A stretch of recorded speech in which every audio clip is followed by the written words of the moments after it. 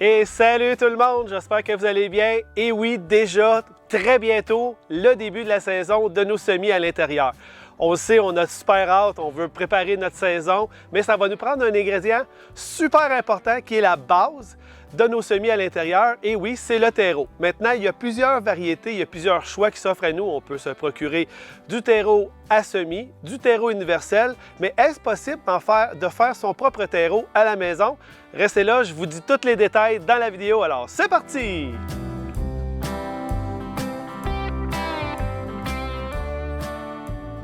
Alors pour réussir un terreau à la maison, c'est super facile, ça nous prend un ingrédient de base, comme j'expliquais tantôt. Donc, je vais vous en présenter 3 ici. Vous allez voir, il y en a quelques-uns que vous avez sûrement déjà vus en magasin. Donc, le premier, c'est n'importe quel compost. Ici, j'ai utilisé un vermi-compost de vers de terre. Mais ça peut être n'importe quel compost. Si on en a à la maison, on en fabrique. Donc, on vient de sauver encore beaucoup de sous. Donc, on peut utiliser ce compost-là. Pour le compost, je vous conseillerais de peut-être utiliser les gens qui ont des serres à la maison ou un endroit à l'extérieur. Étant donné que c'est de la matière organique, c'est de la matière vivante, donc on peut se retrouver avec des petites bébites à l'intérieur. Donc on ne veut pas ça, on n'a pas les insectes bénéfiques pour les manger dans notre maison. Donc c'est préférable de l'avoir à l'extérieur dans une serre. La deuxième option, c'est la mousse de noix de coco. Donc pour la noix de coco, ici, c'est inscrit, le bloc de 9 livres donnera un sac de 3,3 pieds cubes une fois l'eau absorbée. Donc, ça fait une belle quantité. Donc, juste un bloc comme ça en donne beaucoup. Maintenant, la noix de coco, comme je disais, c'est un bloc qui est compacté. Donc, il faut avoir un tournevis que j'ai utilisé pour le casser, pour utiliser quelques morceaux. Mais étant donné que ça va prendre 2 ou même 3 fois son expansion, donc j'en avais mis beaucoup, j'en ai récupéré parce que je n'ai pas pu tout l'utiliser, j'avais pas assez d'eau, mais ça gonfle énormément. Par contre, ici, il faut faire attention, j'ai vu que pour la noix de coco, le pH est entre 5,5 et 6,5. Ce n'est pas dramatique, mais étant donné que la majorité de nos plantes préfèrent un pH neutre, donc il y aurait toujours l'option de rajouter de la chaux à l'intérieur. C'est ce qu'on va faire si on utilise le dernier, la tourbe d'Espagne, qui, elle, a un pH environ entre 4,5 et 5,5. Donc, comme j'expliquais, c'est la matière première qu'on retrouve souvent dans nos terreaux universels, dans nos terreaux à semis en commerce. Si on utilise la tourbe, il faut absolument rajouter de la chaux étant donné que le pH est très bas.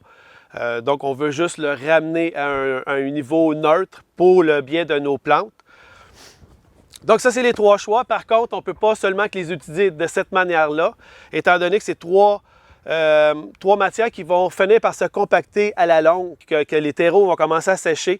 Donc, ça va nous prendre des ingrédients à l'intérieur pour aider au drainage et aussi à conserver tous les nutriments.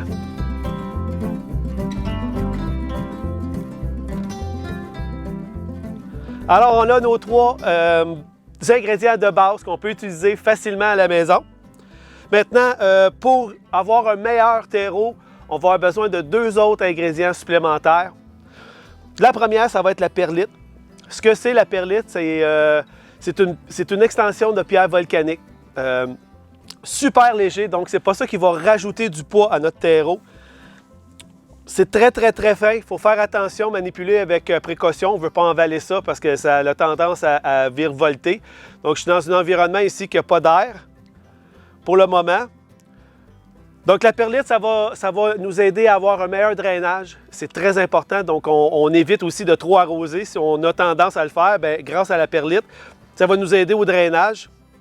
Ça va avoir une deuxième fonction aussi, c'est la compaction.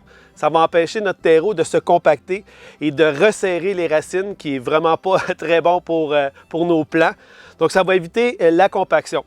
Donc, pour chaque contenant, pour les quantités d'une chaudière comme ça, qui est à peu près, je vous dirais, 5 litres, 5-6 litres environ, on va mettre 2 poignées dans chaque contenant. J'avais déjà mis deux poignées, 2 bonnes poignées. qu'on va mélanger par la suite. Alors la deuxième, c'est la vermiculite, qui est aussi une pierre volcanique, une extension. Par contre, elle, contrairement à la perlite, avoir une rétention d'eau. Elle, au lieu d'aider au drainage, elle va avoir une rétention d'eau, donc elle va récupérer l'eau et aussi tous les nutriments. Donc, au lieu d'avoir un lessivage, grâce à ses capacités poreuses, ben, elle va être capable de retenir tous les nutriments. Donc, c'est la même chose. On va en rajouter environ 2 poignées pour chaque ingrédient de base. Et comme j'expliquais tantôt, pour la tourbe, elle, étant donné son pH beaucoup plus acide, donc on va rajouter de la chaux dolomitique. Pour la grosseur du contenant, de même, comme j'expliquais, 5-6 litres, on va mettre une bonne poignée. Puis même, je vais en mettre une deuxième. Et par la suite, il reste seulement qu'à mélanger nos terreaux.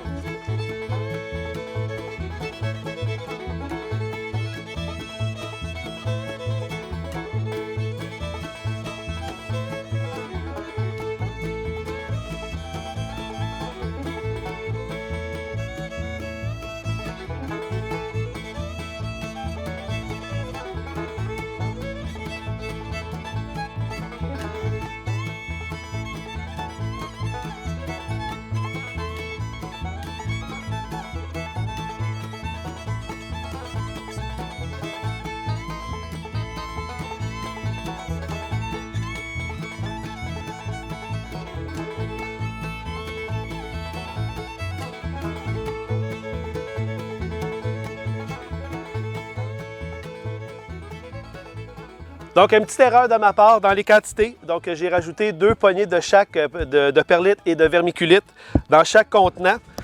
Donc, je voulais vous montrer qu'est-ce que ça donne en fait de terreau.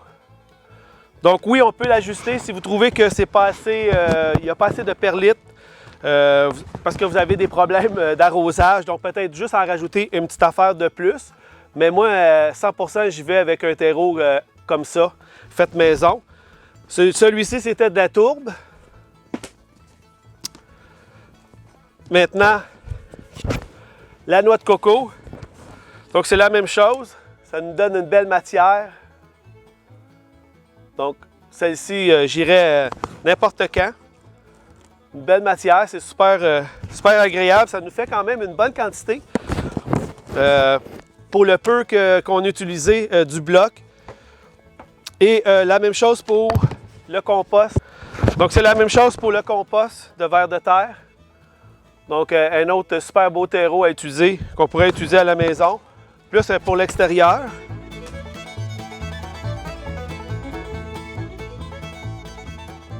Alors, voici les 3 éléments de base que je vous ai présentés aujourd'hui, qu'on peut utiliser pour faire des terreaux maison. C'est super facile et beaucoup moins coûteux que ceux qu'on peut se procurer en magasin.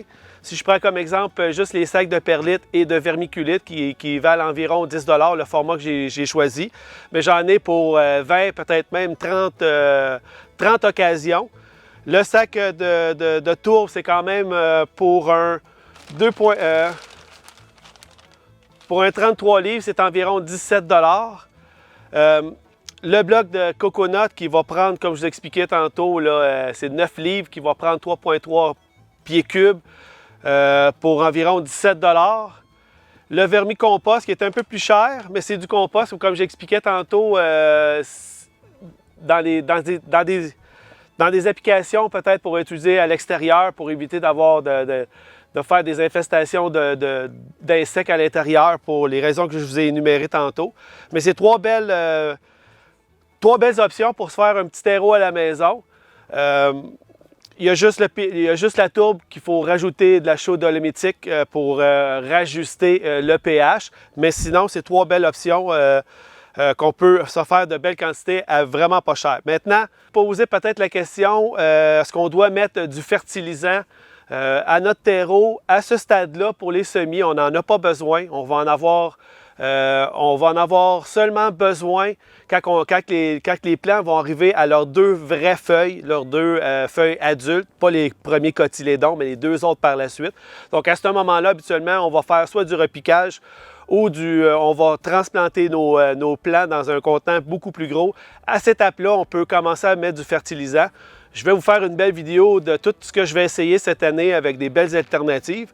Donc, c'est 3 terreaux que j'utiliserai à la maison. Je vais faire aussi des tests comparatifs dans les prochaines semaines pour vous montrer le résultat, mais c'est 3 beaux terreaux qu'on peut se faire facilement à la maison.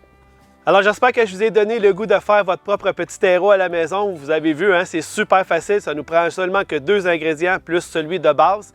Pour les quantités environ, je vous dirais que ça a coûté pour les quantités que je vous ai montrées environ l'équivalent de 1 $, environ, plus ou moins. Donc, c'est vraiment pas très cher comparativement à ce qu'on peut acheter, mais il y a toujours cette option-là aussi pour les gens qui ne veulent pas cochonner à la maison. C'est sûr que si vous utilisez des contenants avec un couvercle pour brasser, ça évite aussi les dégâts. Mais je trouve que c'est 3 belles alternatives pour essayer d'économiser un petit peu de sous ici et là. Alors, j'espère que vous avez aimé la vidéo. J'espère que vous avez appris des nouvelles choses aujourd'hui. Si oui, on n'oublie pas de cliquer sur le petit pouce, on me laisse des commentaires. Si vous avez des choses aussi à mentionner supplémentaires, d'autres alternatives, on les écrit plus bas.